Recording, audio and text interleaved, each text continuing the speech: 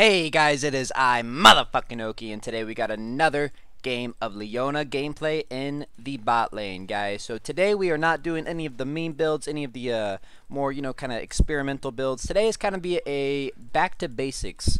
We're going to be focusing less on experimental builds. We're going to be playing Leona post nerfs, and we are just going to be building what I kind of refer to as her core build. We're back on Aftershock with inspiration in the secondary tree. And today we're just going to be focusing purely on gameplay, decision making, not really taking advantage of any meme or cheesy type builds. So kind of just like a back to basics approach to playing Leona today. Just playing aggressive, playing smart. Oh man, I wish she was going to bleed out. One thing I do want to take note of is that Caitlyn accidentally popped her heal before the game even started. So she's probably actually dead here. We'll take the one kill. We'll take the one kill. So yeah, we probably could have turned that if she didn't accidentally use her heal. But that is part of the game. It is absolutely part of the game. If you guys watched our last video, we actually had our ADC accidentally take teleport. So it's a part of League of Legends and something that you have to deal with and play around. So, but yeah, guys, I just really want to take this kind of back to the drawing board. Focus on gameplay, decision making, mechanics.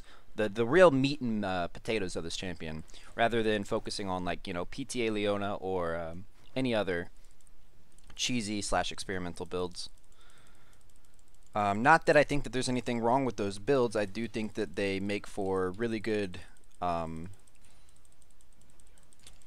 They definitely have their place, is what I'm trying to say. Like PTA Leona definitely has its place. True Damage Leona has its place.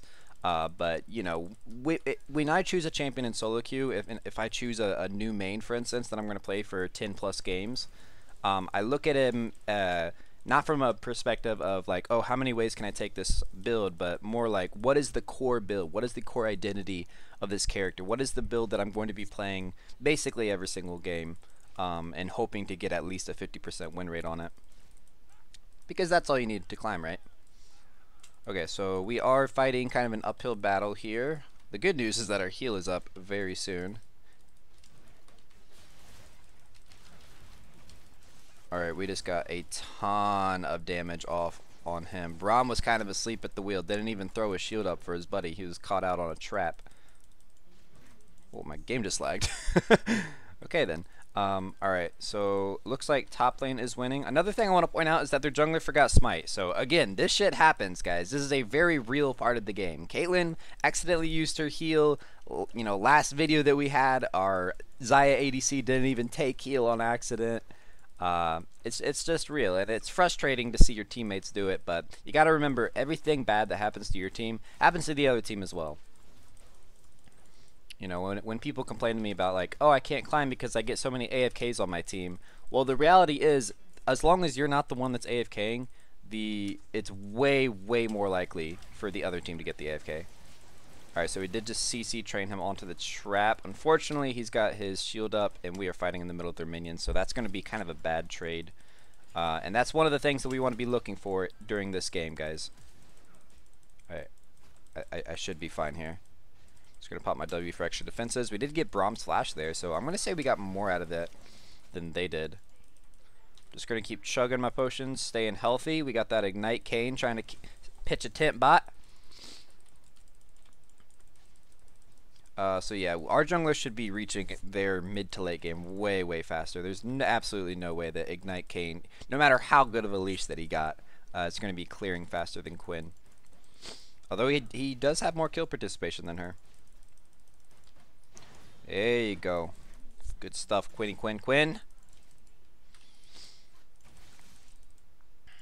But yeah, this game we're just going to be focusing on where to go, where to be, when to go in, things like that. How to, as the title says, hard carry with Leona. It's all about having a large influence on the game. High impact support play, guys. Oof. Are going to be surviving that. I'm going to take this away from him just because I'm pretty sure he's coming for the plant. Oh wait, you know what?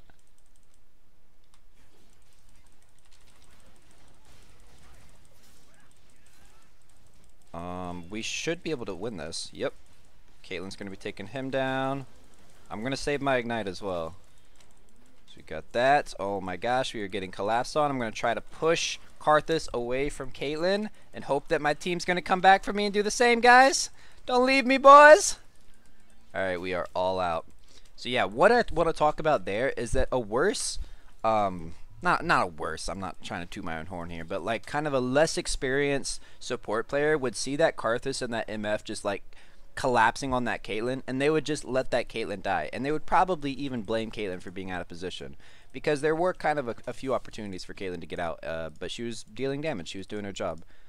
So the concept of me going back in, and even though I don't think I can kill Karthus or kill MF, it's called presence. That concept is called presence, and it's an incredibly important concept when playing champions like Leona, because she is a champion that only goes in and never comes back out, right? So if you notice, I didn't use my Zenith Blade. I walked towards them, maybe popped my Q, I don't remember, but walked toward them and provided them a reason to stop collapsing on my teammate. It's called presence, guys. And if you learn presence and you use it to your advantage, you will climb so much higher than you already are.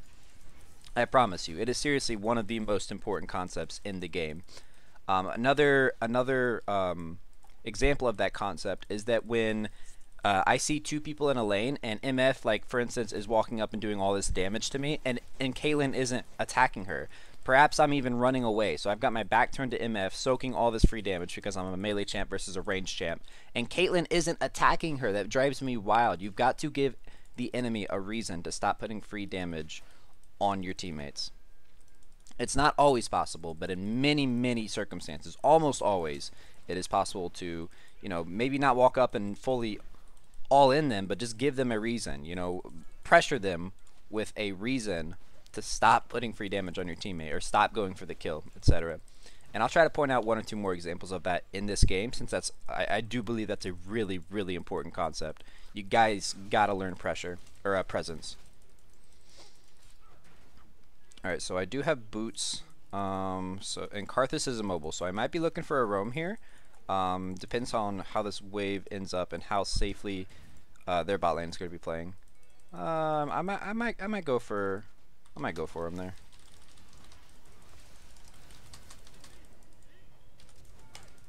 Get the last auto on her. Put a stun on this guy. No way he's going to be killing me. Oh my god, that was such a beautiful Kate combo. Great combo, bro. Very clean. Hell yeah.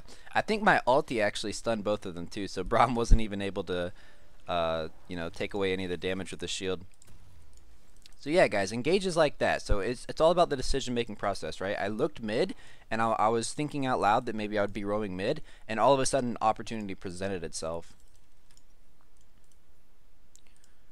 And I took it, and we got 2 kills, guys. So yeah, our lane is going to be super far ahead. That net Q, yeah. Stop stealing the highlight of my video, asshole. Okay, so we do have our stopwatch up now. I want to be aware of that, so we can kind of put ourselves in a little more precarious of positions than we normally would. Our ult is such a low cooldown that it's already back up. They probably aren't expecting that. If we could get 2 ultis off on Braum before he hits level 6, that would actually be amazing. Oh. So this is presence, guys. This is presence. Braum is on Caitlyn. There's a 0% chance that Braum is going to 1v1 Caitlyn, right? So I just go on MF. I give her a reason or take away her ability to damage my partner, my teammate. It's presence, guys.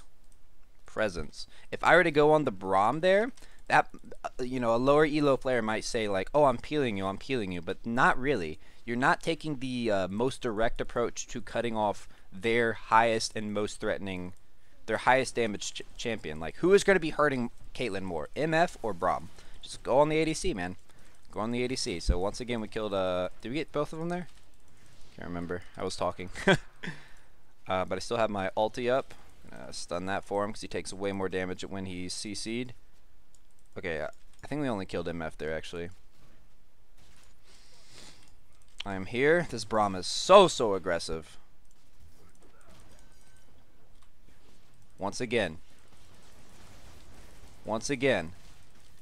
CC and the MF, not letting her put any free damage.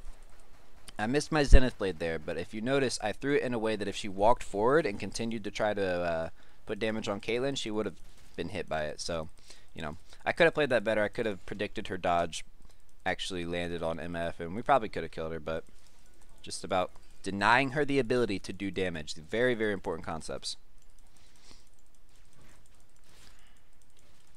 Alright, so let's do a quick CS check here. We're pretty far ahead in all of our lanes, except for top. Top is kind of struggling, so if I could get a gank up top, that would be great. If you guys did notice, I rushed Merc Treads over Moby Boots. I did that because I think champions like Karthus are able to stop Moby Boots just way too easily. I've never really found a point in rushing Moby Boots against champions that can easily not proc it, but take the passive away from it. Because if you get hit by anything, you're significantly slower, right? Plus this reduces your slows, so it's a win-win. I like Merc Treads against Braum and Karthus. So once we get first tower down here, I'm going to be looking to roam up top, take out that cocky Riven. And if she's not cocky yet, she will be by the time we get there, right? Alright, ulti is up, ignite is up. Want to ping that for my ADC, let her know that I am looking to go in.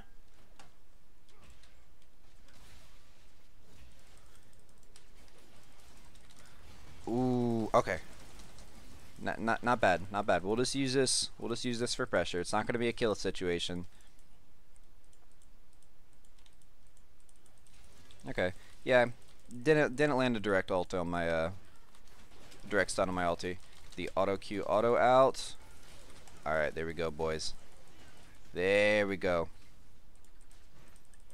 I'm gonna ping my ignite, let her know that I'm still looking to take this Braum out. His shield might be up by the time. Yep, just push him off the turret, push him off the turret. It's a game of objectives, not of kills.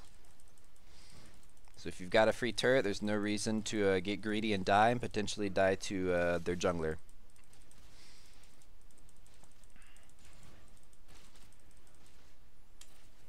Yep, there he is. See, if we dive now, we would have died. 100%, because he would have, like I've been saying, cut off the actual threat. You are a clown. Pop this, get a little bit of health. I'm probably gonna die here.